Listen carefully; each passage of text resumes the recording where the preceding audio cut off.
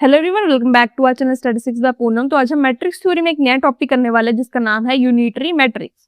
तो unitary matrix क्या है? It is a complex square matrix you that satisfies. पहले तो ये चीज है, मेरे पास फॉर्मूला आता है, फॉर्मूला है दैट यू, ये साइन आपको सभी को पता है, it is a conjugate matrix, sorry conjugate transpose का सिंबल है। मींस कॉन्जुगेट ट्रांसपोज को आपको याद होगा तो हम इस चीज फॉर्म में लिखते थे, याद है सभी को? ये इसका सॉल्यूशन है, मतलब इस चीज को अगर सॉल्व करना है तो हम इस फॉर्मूले से सॉल्व करते थे। तो ये है कि मतलब इस चीज को हम मल्टीप्लाई करेंगे अपने ओरिजिनल के साथ इक्वल टू, या तो उसको पहले मल्टीप्लाई कर लो, उसको दूसरे को बाद में मल्टीप्लाई करो, उसका रिजल्ट क्या आना चाहिए? Equal to identity matrix. ये थोड़ा थोड़ा आपको ऑर्थोगोनल मैट्रिक्स की तरह लग रहा होगा, बट उस केस में हमारे पास ट्रांसपोज होता था। इस केस में हमारे पास है हमारा कॉन्जुगेट ट्रांसपोज, और आपको पता है कॉन्जुगेट ट्रांसपोज के लिए पहले क्या करना पड़ता है? उसका ट्रांसपोज तो निकालना पड़ता है, ये तो है पॉइंट सेम, बट उसके बाद उसको कॉन्जुगेट निकालना पड़ता है। और कॉन्जुगेट आपको पता है उनका निकलता है जिसके पास उसकी कॉम्प्लेक्स वैल्यूज होती हैं, और कॉम्प्लेक्स वैल्यूज आपके पास, आपको पता है मैं किस फॉर्म में लिख रही हूँ, इस फॉर्म में। आपको पता है इसके साथ वैल्यू काम करती है। अब आप इसको देखोगे तब आपको समझ आएगा। पहले तो इसकी प्रॉपर्टीज देख लेते हैं। दैट प्रॉपर्टीज, पहले तो बात यह है कि अगर मैं इसको ऐसे लिख दूं तो ये ऑब्वियसली ये बन जाएगा इनवर्स। तो यही चीज मेरी फर्स्ट में की गई है, that this is the inverse of its original value. Second है preserves length and angle in complex vector spaces, ठीक है। थर्ड है हमारा column and rows of U from an orthogonal set, ठीक है। ऑर्थोगोनल सेट की तरह ही बन रहा है क्योंकि हमने ऑर्थोगोनल भी प्रूव किया है, तो उस चीज में भी सेम चीजें हैं जो इस चीज में, बस थोड़ा सा डिफरेंस है। Now determinant satisfies is equal to 1। अगर आपने ऑर्थोगोनल मैट्रिक्स पढ़ा है तो उस केस में हमारे पास पॉजिटिव और नेगेटिव आते थे। इस केस में भी हमारे पास दो ही वैल्यू आएंगी, 1 की, विच इज +1 और -1। अब इसके लिए हम क्या निकालते हैं? अगर हमारे पास आइगन वैल्यूज आती है यूनिटरी मैट्रिक्स की, तो let lambda be an eigen value. आपको पता है हम हमेशा आइगन वैल्यूज को हमेशा लैम्डा से डिनोट करते हैं। तो इस केस में अगर यूनिटरी मैट्रिक्स के केस में, देन हमारा जो लैम्डा है वो भी क्या आएगा हमारा? +1 या -1। सिर्फ ये दो वैल्यूज लाई करेंगी। समझ आया? That means all eigenvalues of unitary matrix lie on the unit circle in complex plane. Obviously one value है, इसको हम unit से denote करते हैं, unit मतलब 1. So unit circle in the complex plane. Second है हमारा they are complex number with magnitude 1 like e raised to power I theta.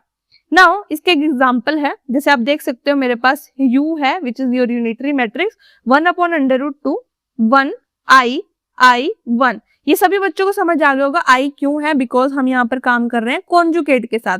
Conjugate transpose आपने देखा ये वाला, तो ये कॉन्जुगेट तभी लगेगा जब हमारे पास ये वाली वैल्यू होगी। अगर ये वैल्यू नहीं होगी तो हमारे पास कॉन्जुगेट निकालने का कोई फायदा नहीं है। समझ आए? तो क्वेश्चन भी उसी के साथ से चलता है कि हमें इस क्वेश्चन में कॉन्जुगेट निकालना है, तो उस हिसाब से हमें क्वेश्चन भी प्रोवाइडेड है। तो पहले तो हमें फाइंड आउट करना है फॉर्मूले के हिसाब से, हमें ये चीज करनी थी। आप इसमें से कुछ भी कर लो, मतलब आप ये वाला फॉर्मूला यूज कर लो या ये वाला फॉर्मूला यूज कर लो, दोनों को करके आपको बस लास्ट में ये वाला रिजल्ट निकालना है। अगर आता तो ठीक है, नहीं है तो फिर वो यूनिटरी मैट्रिक्स नहीं होगा, अगर आता है तो फिर वो यूनिटरी मैट्रिक्स कहलाया जाएगा। तो मैं इसमें से ये वाला यूज कर रही हूँ, आप कोई भी यूज कर लो, कोई बिग डील नहीं है, आंसर सेम आएगा। तो पहले क्या करोगे आप? उसका निकालोगे ट्रांसपोज। आपको पता है इस चीज को सॉल्व करने के लिए आपके पास ये फॉर्मूला है, तो पहले क्या निकालो? उसका ट्रांसपोज। तो अगर मैं इस चीज का ट्रांसपोज निकालू तो मेरे पास ट्रांसपोज तो सेम ही आएगा, बिकॉज ये तो कॉमन, ये तो कांस्टेंट है, कांस्टेंट तो सेम रहेगा। अब आपको पता है इस केस में मेरे पास जो है, इस केस में मेरे पास आपको पता है जब भी आप ट्रांसपोज निकालो तो रो को कॉलम की फॉर्म में लिख लो। तो मैंने यहाँ पर 1 I लिखा, सेकंड को भी मैंने सेकंड कॉलम की फॉर्म में लिख दिया, बन गया मेरे पास सेम चीज आ गई, कोई दिक्कत नहीं है। Now conjugate transpose mean change the sign of I। Conjugate transpose, जिसको हम यहाँ पर बार की फॉर्म में, इस वाली चीज को हमको बोलते हैं कॉन्जुगेट ट्रांसपोज। इसको कॉन्जुगेट ट्रांसपोज के लिए कुछ नहीं करना है आपको, एक्स्ट्रा कुछ नहीं करना है। जहां पर भी आपको ये करने के बाद, जब आपके पास ट्रांसपोज वाली मैट्रिक्स आ जाती है ना, उसमें बस जहां भी आपको आई दिख जाता है उसके साथ क्या लगा दो? उसका साइन चेंज कर दो। फॉर एग्जाम्पल यहाँ पर अभी आई लिखा है, आई लिखा है, ठीक है। यहाँ पर आपको पता है कि किसी के साथ अगर कोई साइन नहीं होता, वो क्या होता है? हमेशा पॉजिटिव होता है। समझ आई ना बात? ऑब्वियसली पॉजिटिव है, ठीक है। तो इसको क्या कर देना? नेगेटिव, उसका साइन चेंज कर दो जहां पर भी आई है। अगर बाई चांस यहाँ पर कुछ बच्चे सोचेंगे माइनस होता तो क्या कर लेते? तो माइनस होता तो भाई तुम माइनस की जगह प्लस कर देते, ये बन जाता, बट यहाँ पर प्लस है तो ये कुछ जाएगा माइनस। तो इसको करने के बाद आप देख सकते हो मेरे पास ऐसा कुछ आ गया जिसको मैं बोल सकती हूँ अपना कॉन्जुगेट ट्रांसपोज। समझ आया? अब सिंपली क्या करना है, ये वाली वैल्यू आ गई, इसको आपकी ओरिजिनल के साथ जो हमने स्टार्टिंग में जो हमें ओरिजिनल दी गई थी उसके साथ क्या करना है, मल्टीप्लाई करना है। मल्टीप्लाई का केस अभी सभी को पता है, मैंने 1/√2 इंटू 1/√2 को मल्टीप्लाई मतलब अलग अलग कर लिया, ठीक है। इनको पता है पहले फर्स्ट रो फर्स्ट कॉलम के साथ मल्टीप्लाई होगी, फिर ऐड होगी, फिर आपके पास पहली वैल्यू आ जाएगी, आपकी ये वाली वैल्यू आ जाएगी जो भी आपकी वैल्यू है, फिर उसके बाद इसको करना है सेकंड के साथ, फिर आपकी सेकंड वैल्यू आ जाएगी, फिर आप सेकंड कॉलम को जब इसके साथ मल्टीप्लाई करोगे तो आपके पास क्या आ जाएगी, थर्ड वैल्यू, फिर इसको इसके साथ करने के बाद आपकी क्या आ जाएगी, फोर्थ वैल्यू। अगर आप करोगे कैलकुलेट करना, देखो मैं एक करवा के देखती हूँ।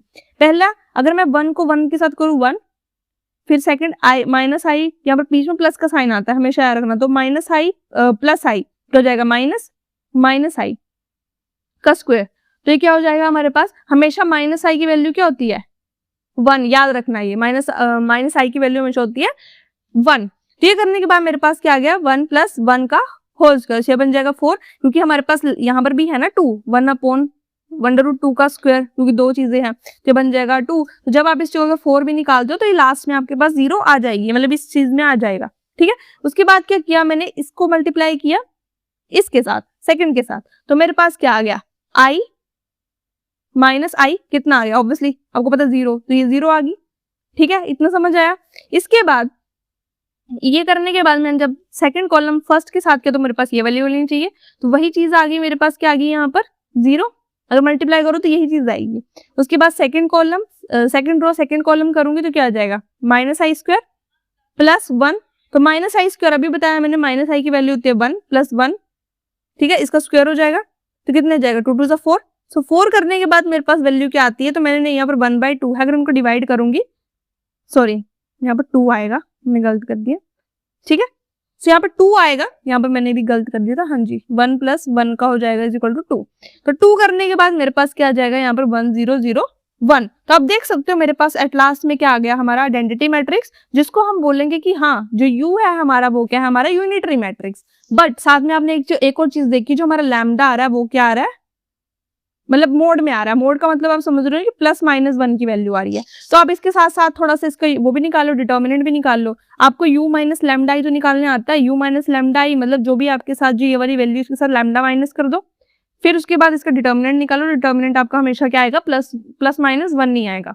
तो this satisfy that lambda = 1, so they lie on the unit circle. तो ये था हमारा आज का topic which is unitary matrix. बहुत इंटरेस्टिंग सा टॉपिक था, बट कुछ के लिए डाउटफुल भी होगा, थोड़ा सा टफ भी होगा, बट अब डरते क्यों हो, कमेंट सेक्शन में आ जाओ, मैसेज कर लो। कोई क्वेरी होती है, कोई डाउट होता है किसी स्टेप में, तो मिलते हैं नेक्स्ट वीडियो। तब तक के लिए बाय बाय। और डिस्क्रिप्शन में साथ में आपके लिए कुछ न्यूमेरिकल्स हैं, प्लीज जाके उनको भी यूज करिए। तो तब तक के लिए bye bye and have a nice day.